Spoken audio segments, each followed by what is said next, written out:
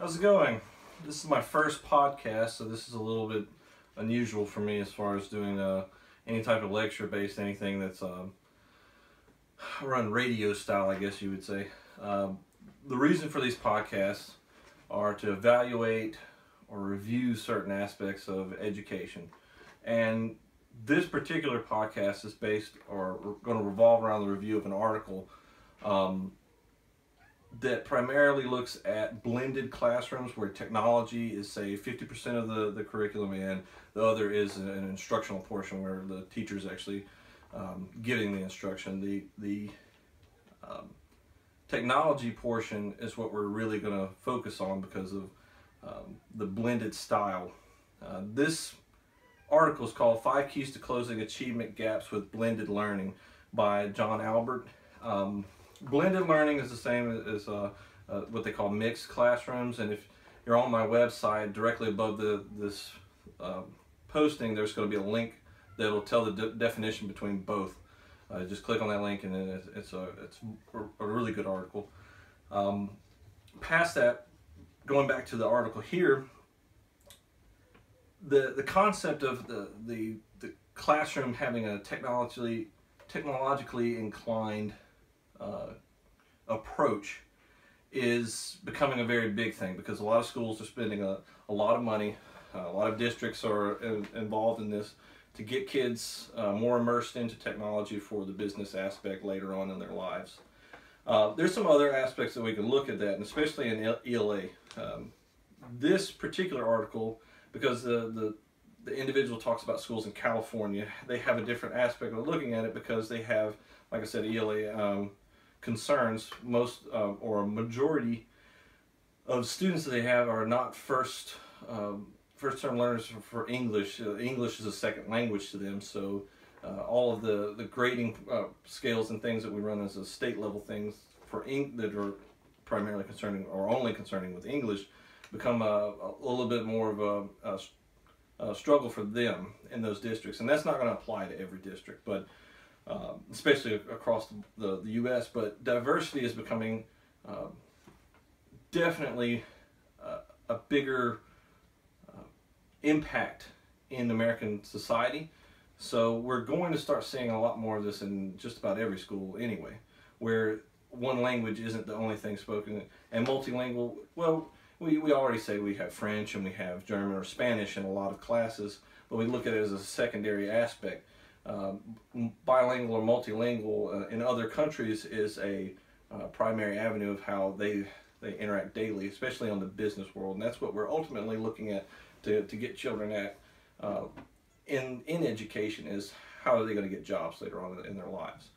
So within this article, they break it down into basically 5 keys to success with blended learning, and those 5 keys are: choose the right tools, which is the type of software and equipment, train your staff, create a data team, engage parents, and highlight success.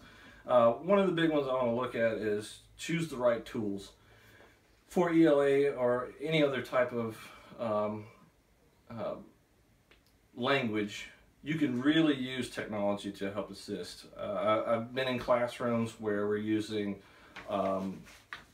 Rosetta Stone to help augment the learning process for a secondary language, and that's great. So if 50% of the classroom is taught in a lecture base and engaging the students as far as the teacher, and then another 50% is done on an online program, where I really like Rosetta Stone because you're using dynamic immersion. The students are actually having to speak, be heard, and interact with the software to get their enunciation and everything correct.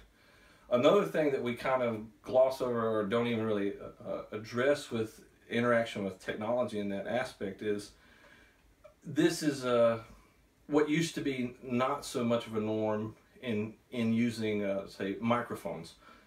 Microphones, if you look at the music industry, there's a lot of differences and variations of how they're implemented. You're using USB ports and things with these computers, and now we have Apple and Apple products. So a lot of these kids are using, especially with the software, and they're using these laptops in schools, they're using their headsets, but now they're having to be more cognizant of how they're going to have to apply that and hook it up, whether it's USB or a regular audio import, which that's going to help them learn the technology better, more than just Rosetta Stone. That's what we're trying to implement, so where they're knowing the technology and they're able to apply it later on. Hopefully, these blended classrooms, if we continue this method, which we've been doing this for a long time, and I'm a proponent for using, especially labs. Not so huge on laptops themselves per the classroom, the individual students, but labs and other venues for technology, where even technology classes, if others classes, say science and math and stuff, wanted to also implement like cross training, that's great. That helps out the students a lot, and it also helps them stay motivated in the task and the topics, and that's what we've got to do. So hopefully some of this information I'm telling you is beneficial to you. As far as the rest of the review, this is a good article, and it's going to really, it's a short article, as you can see, but it's really going to highlight the language portion, which is a big thing to me. You know, as a writer and English teacher, that's what I look to review in general. So the information in something like this really pops out to me. Anything that can help with reading comprehension and writing later on down the road for any of these students is what we really have to focus on up front. And this type of information is really going to set us up for success. Thank you for watching my podcast, and hopefully you'll stick around for some more. I appreciate it. Thank you.